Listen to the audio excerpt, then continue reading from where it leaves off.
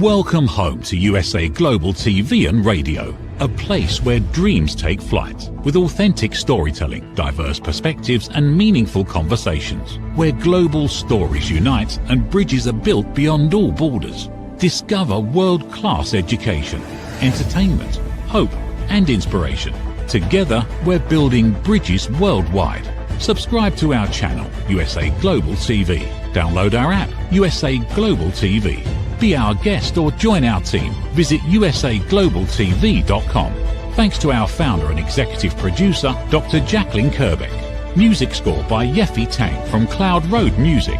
Voiceover artist Mike Porter. Creative direction by Paul Garcia. USA Global TV and Radio, your home for global connection. All rights reserved. This video and its contents are the exclusive property of USA Global TV and Radio. Unauthorized use, duplication or redistribution in any form is strictly prohibited. Good morning, good afternoon, and good evening. Welcome home to USA Global TV and Radio, where we proudly provide world-class education, entertainment, hope, and inspiration. I'm Dr. Jacalyn Kerbeck, and I'm very excited to be here to present another episode of Let's Finally Talk. So each of the episodes builds on top of the other. So if you have missed any of the episodes, please do go to our YouTube channels and look for the playlist Let's Finally Talk. This is where we are keeping those playlists, and you can find everything that you need there. Everything I'm going to be talking about today is based on my book, Mastering the Power of Elevated Listening, as well as Holy but Harmful, The Silent Sin of Judgment. And you can find out where to purchase these books by going to Amazon or by going to my website. So let's get into the heart of our conversation today. Today, we're going to be talking about the internal shift that occurs when self-trust, trusting yourself, replaces the need for us to explain ourselves to other people. Many times, people, myself included, rely heavily on explaining ourselves to other people so that we feel safe, we feel validated, we feel heard, we feel justified. Yet over time, this perpetual habit can erode our confidence, and it actually makes our decision process tied to that external approval. Now, what am I talking about here? I'm talking about the fact when we are in a situation that we feel that we have to justify ourselves to someone, we have to explain ourselves to someone. Meanwhile, we know why we did what we did. We know why we think what we think, but we want to be loved. We want to be accepted. We want to fit in. We want to feel welcomed. And sometimes in order to do that, we feel we have to sell our soul. And what do I mean by that? I mean by not being authentic, by basically just being a people pleaser, by agreeing with whatever it is that someone else says so that we feel like we can fit in. Meanwhile, inside, it doesn't feel good. What happens over time is it starts to build into resentment. Resenting the other person or persons, but ultimately resenting ourselves. So why do we do this? And how can we be aware of when we are doing it? Well, first of all, we have to be comfortable with who we are. And that's not an easy task. It's something that I work on every single day because new things are always coming up for us. New experiences, we meet new people. And in these new situations, we sometimes go back to old habits. Maybe we found our power, we found our voice when it's with people that we know, because sometimes that can also be a control mechanism. But when we're in new experiences with new people, we feel like, oh, I've got to conform. I've got to just give in.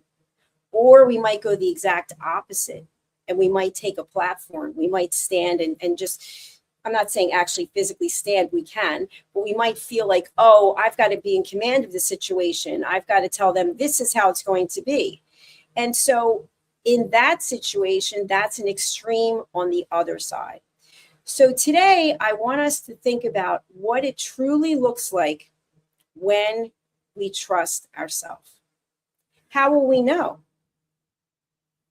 No one's going to come and tell us. It's a feeling we get from our intuition. We know that we are on a path where we believe in ourselves.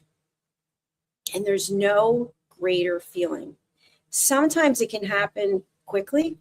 Sometimes it can take a lifetime. And sometimes it may never happen. So what is the difference? Why does it happen for some people and not for other people? Because we take the time to get to know ourselves.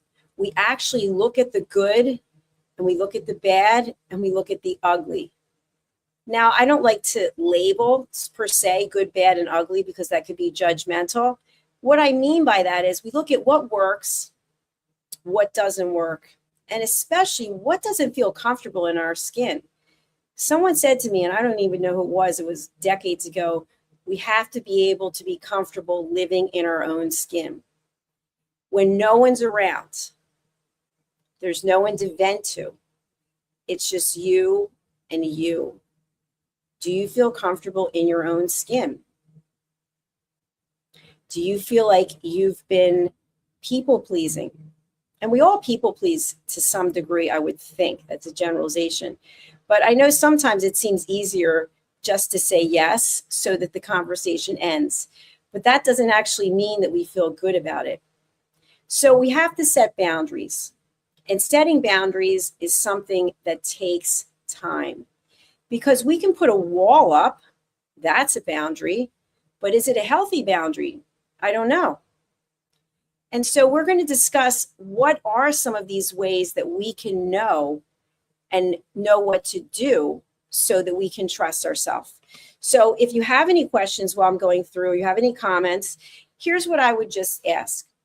I'm not someone who appreciates negativity when I'm broadcasting. It's difficult enough to get up here and do this. But if you have some constructive feedback, if you have something that actually pertains to the show, then I would love to hear from you. If you're deciding to vent and put something that has nothing to do with this show, you will be blocked. And hopefully you understand. And if not, you can think about why you were blocked. So we feel compelled to explain ourselves. And notice I did not just explain myself. I just put up a boundary and said, if you decide to put negative content, you're going to be blocked. I don't have to explain myself.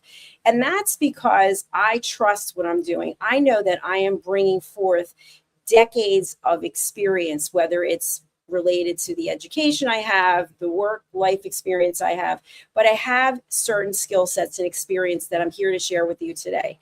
And my goal is so that you can be one step closer to feeling inner peace. And when you feel that inner peace, your feeling, necessity, need to put someone else down doesn't exist. The need to insult someone, to bring negative feedback without anything constructive, it no longer resonates. So there is an emotional cost of constantly justifying yourself. There's also a big difference between communicating and seeking permission. Now, in my course, Setting Boundaries and Asking Permission, I want to explain about that asking permission versus permission seeking. When you are interested in sharing something in your life and you want to share it with someone, we ask permission. We ask, would this be a good time? Do you have 10 minutes now? Do you have 15 minutes now?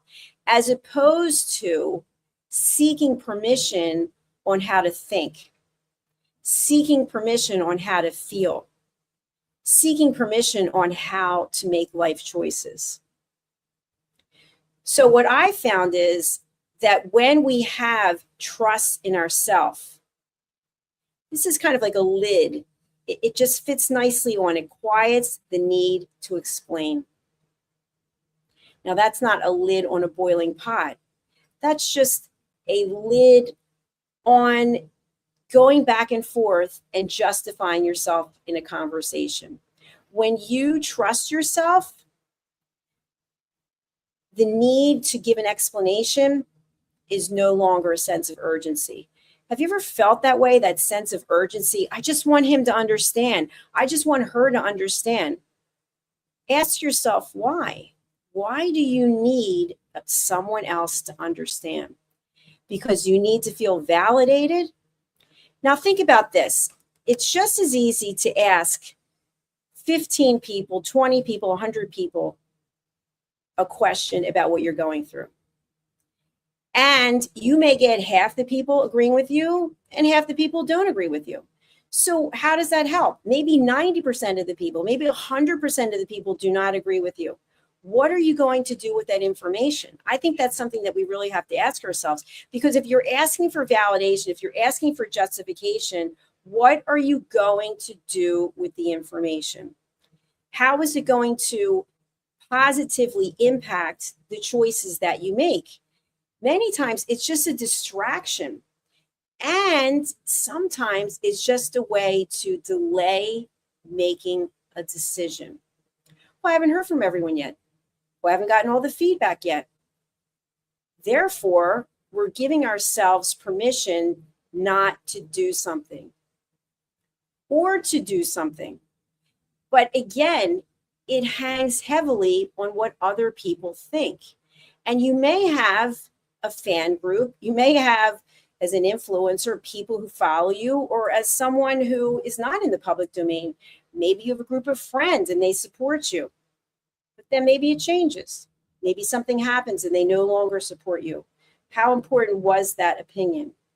Because all that we have is our intuition and the ability for us to make choices. So I'm asking you to think about, what would it look like to choose yourself? What would it look like to believe in yourself? Now, why do we lean on this need to give explanations? Sometimes it comes from the fact that that's what we grew up with. Always be kind, always be pleasant. Now, does being kind and being pleasant mean that you have to justify what you're doing or look for an explanation? No. The kindness and pleasantness is how we show up. It's in our demeanor. It's how we communicate what we're feeling. So sometimes we have been conditioned to believe that we need external validation. And this might have come from our parents. It might have come from our siblings. It might have come from our teachers. There's so many places where it could have come from. It could also be that we have a fear of being misjudged or misunderstood. That fear can be debilitating. When we are looking for external validation, that, oh, nice job. Now I have to share this with you. I have always been someone who wanted gold stars, meaning I like to do something and then get the gold star. The gold star could be the certificate. It could be the degree. Literally, when I was in kindergarten, it was the gold stars. That's how I came up with this, where we had this poster board and each of the students' names were there. Maybe you had this too. Maybe I'm going back to the dark ages, I don't know.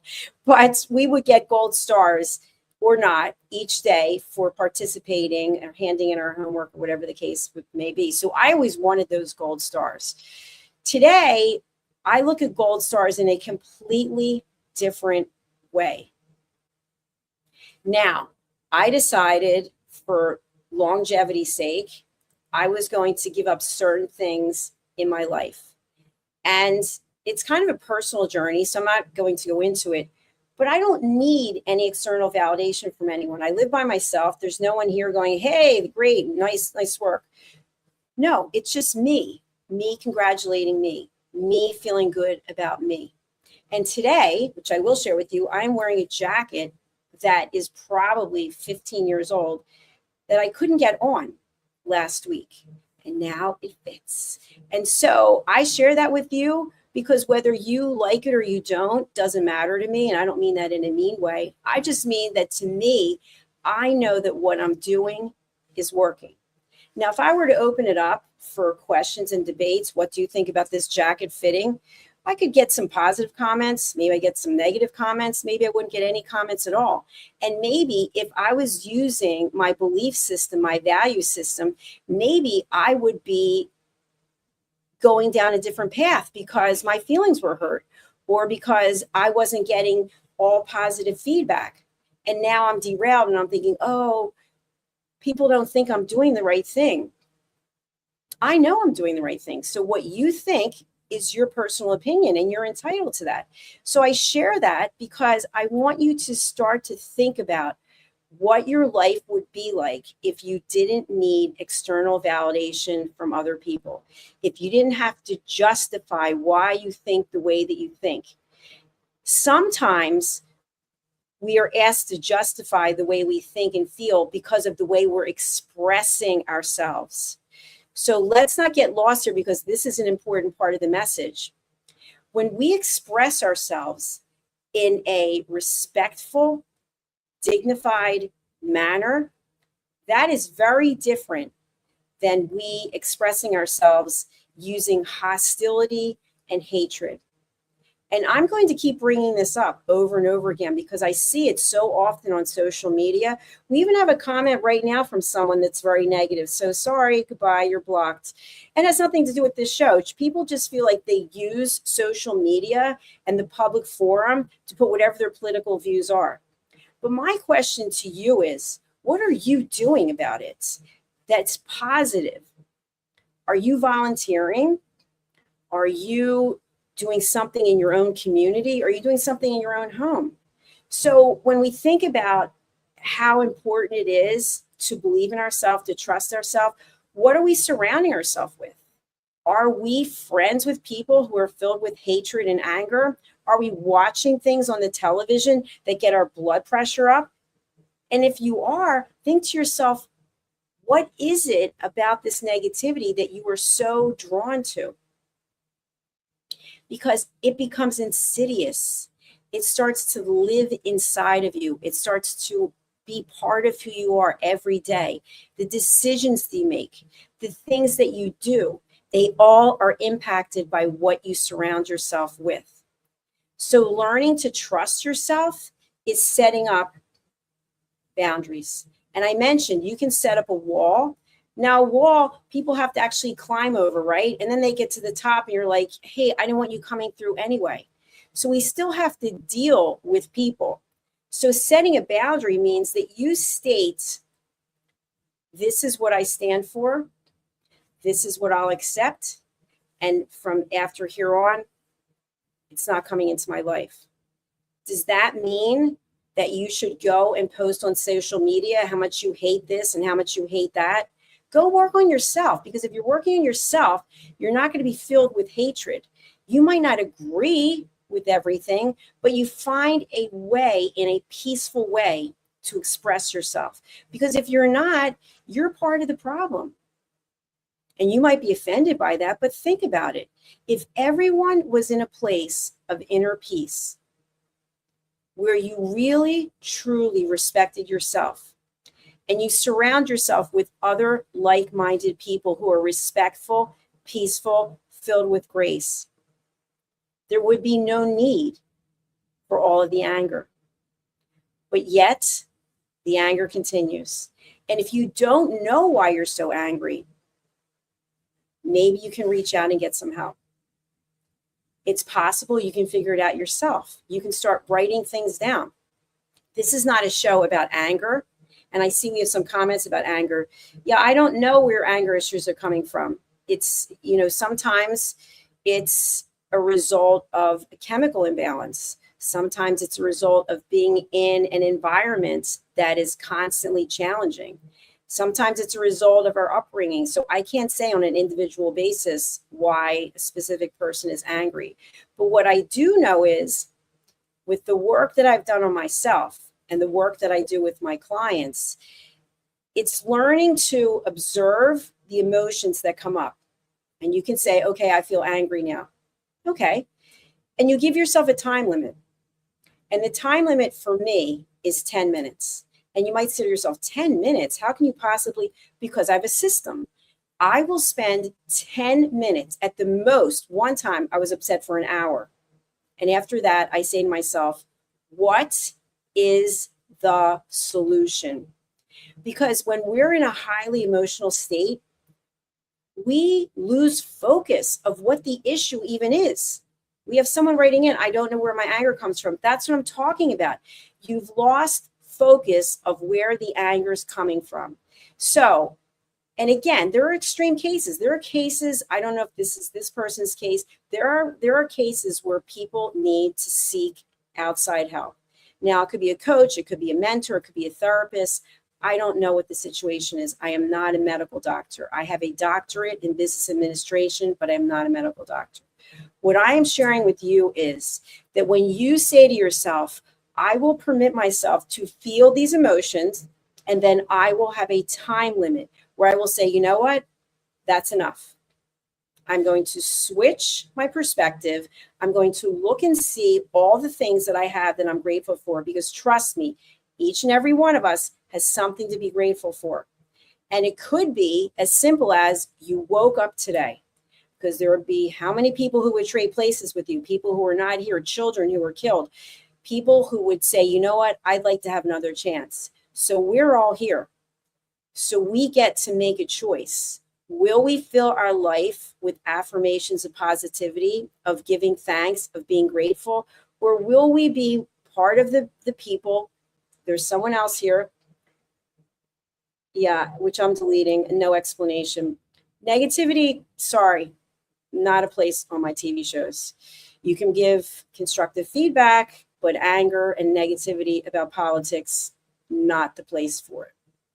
So, going back to our program, by learning to trust yourself, you learn to set these boundaries. And people will push the boundaries, believe me. They will see if they can get you to change your point of view. Why? Because they feel uncomfortable in their own skin. And so when people feel uncomfortable in their own skin, what do they want to do? There's an old expression, misery loves company. They want to bring you down to where they are. But when you set the boundary, you're no longer engaging at that level. It's called emotional intelligence. So what can you do if you're interested in living a life where you are the one who is in control of your own emotions, as opposed to basically offering them out to the world? And what actually changes when your self-trust starts to strengthen? Your decisions are quieter. You're not phoning a friend. You're not putting a chat message out to 20 people. What do you think I should do if this? You're making decisions yourself. That doesn't mean you don't have mentors. It doesn't mean you don't have coaches. It doesn't mean you don't have advisors.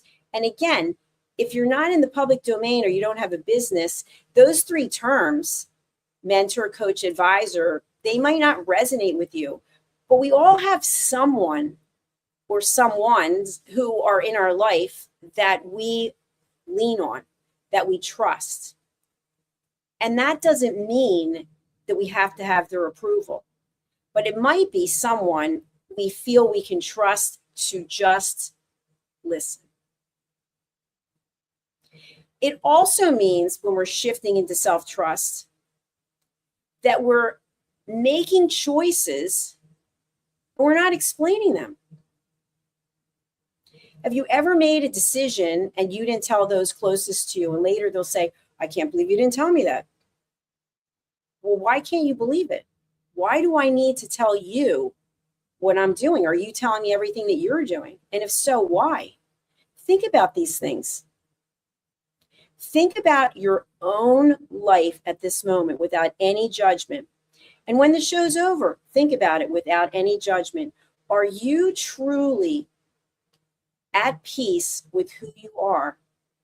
If we took away all the titles that we collect over our life, whether it's a business person, whether it's a mother, a father, whether it's a sister, a brother, without the titles, and it's just you, this container that we have, are you at peace?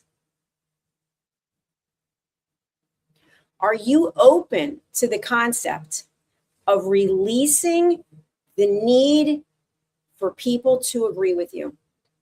Do you feel the need to agree with everyone else? Are you the person always going, you're right, yes. Meanwhile, you're thinking, I can't wait to get out of here. I have never heard such a crock. I don't know. But what I want you to think about is when you get to the point where you no longer need to explain yourself, you are coming into your own. You don't own clarity to people who don't honor it. You don't owe clarity to people who don't respect it. You owe the clarity to yourself. And there's an old expression also, to thine own self be true. So, how does our communication change when we start to trust ourselves? We listen more. We speak less.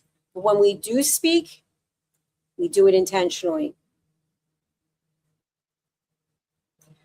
We allow the silence without trying to fill it.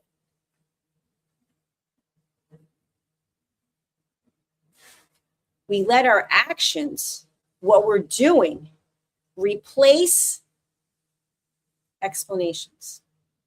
Our boundaries become steadier, stronger, and less reactive. We respond instead of defending ourselves.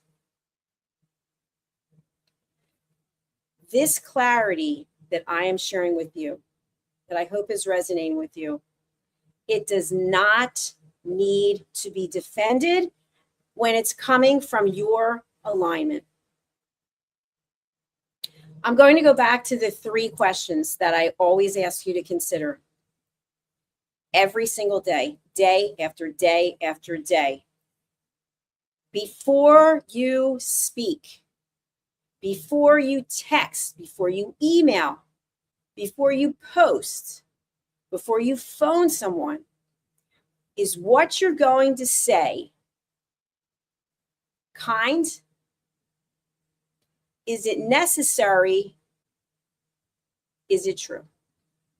If it is not those 3 things, I want you to think about not doing it. Why? Because that negativity that you're putting out there, it will come back to you at some point in time.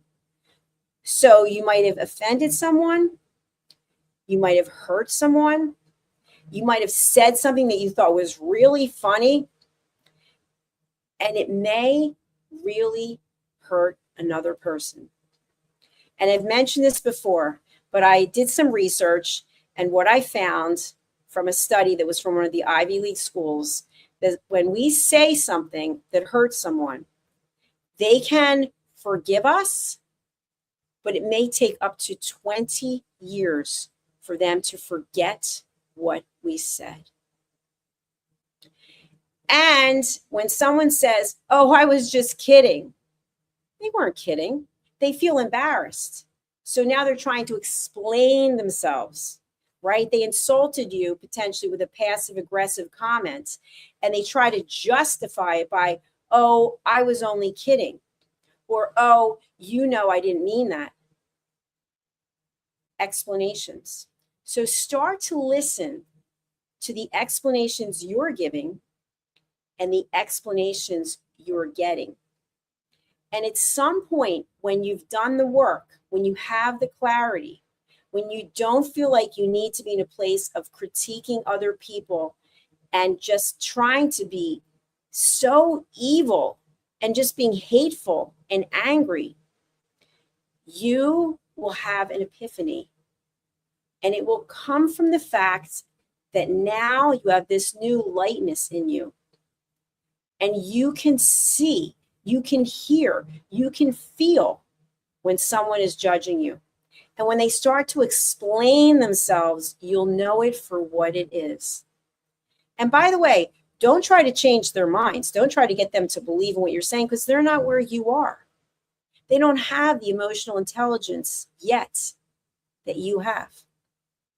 So coming from a place of peace, coming from a place of self-trust is a beautiful place to be. Your stress level will go down. This is all from my own experience and from the people I've coached. Your awareness will increase, and your need to jump into the fire, so to speak, will dissipate. You will be like someone watching people go by. Have you ever been people watching? You're just watching what's going by, but you're not engaging with it. Have you ever been somewhere and you see a group of people, they're together, maybe at a restaurant, and they're all on their phones? They're texting, they're whatever, they're scrolling, they're on their phones. They came out for a meal, and yet they decided to spend the entire time or most of it on their devices. You see it, you're aware of it. And you say to yourself, wow, I'm glad that I'm not at that table. I'm glad I'm not spending money to come out and meet with someone and we're all scrolling through our devices. There's no judgment, but you're aware of it. Things start to shift in your life. So this is all part of what I call elevated listening. Now, does elevated listening mean that I'm standing on a chair and I'm talking down to you? No, it means that I am listening at a different level. If we're born with two ears, because I can't say everyone is, but for those of us who have two ears, we don't use them as much as we use our mouth. Now I'm doing a TV show, so if I wasn't talking, you wouldn't be watching because there'd be nothing to listen to. But when we listen, we're actively involved. We're not doing anything else. If I had my phone and I was doing this TV show and I started scrolling through my phone or I started looking at other things, you would know it. And you'd think to yourself, why am I watching this show? This person's not even present. It's the same thing of how we show up in our life. We get to choose when we are an active listener. So if we are actively listening, which we cannot do all the time, because we have things to do in our life. We cannot completely dedicate and focus ourselves to listening to what someone else has to say because we have things that we have to do. But when we've made the decision that, yes, I'm going to show up and listen at the highest level, that means we have to let go of four things. 1, interrupting. Interrupting might look as simple as this. You are ready to jump in. The person sharing, you're ready to jump in at any moment. That's not listening at an elevated level. That's the same thing that goes on day in and day out. The second thing is someone sharing something with you and you think to yourself, oh, I know what they need. They just shared a problem with me and I think I can help them fix it. Did they ask you to fix their problem? Did they specifically say, oh, hello, Joe, I have a problem and I was wondering if you can help me fix it? If they didn't, and you are thinking this, you're not listening. You're coming from a place of fear. And the fear is that if you don't come up with a way to fix this problem, maybe this person won't be friends with you. Maybe they won't be married to you, whatever the case may be. We find this a lot in committed relationships where one person is sharing something to the other person and the other person feels like, oh, it's my job to solve this problem. But maybe the other person just wanted to vent and wanted someone to listen. And if you get out of that problem-solving mode, think about how much pressure you let go. It's a lot of work to come up with a solution to a problem, isn't it? Especially when it's not your own problem. So we let go of that with elevated listening. The third is what I call stage hogging. Stage hogging is where someone is telling you about themselves. And you have had a similar experience. And you think this is a cool way to bond with this person. I will tell them that I have this in common with them. Well, that's nice, but they never got to finish their story. So they were telling you how they had difficulty, for example, shoveling the ice out of their driveway. They couldn't find anyone. And you immediately go in and say, you know what? We have the same problem. Now, the person didn't even get finished explaining the story, and you stole the stage. So that person feels unheard. And now you're in charge because you stole the show and you offended someone.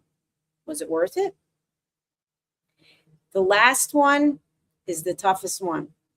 The last one is judgment. You may be watching the show right now and you may be judging me.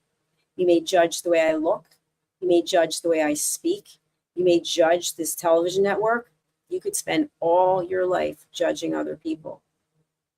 What's it doing for you? I don't know. Only you can answer that question. But what I teach people is how to be aware of when you're judging, because we all do it.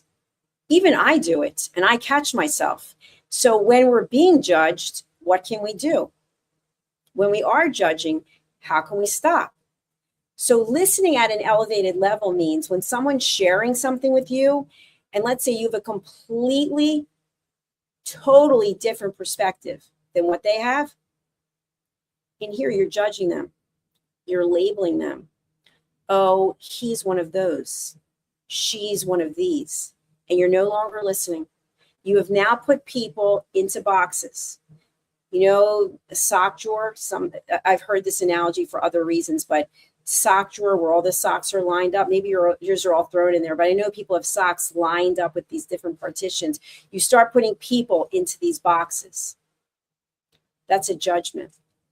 When you make statements that are meant to be supportive and they're meant to be complimentary, but then you put something on the end of it, for example, you look great for your age. Was the for your age, was it necessary? No. Is it kind? No. Is it true? Who knows? What's the barometer? So why did you say it? Why were you thinking it?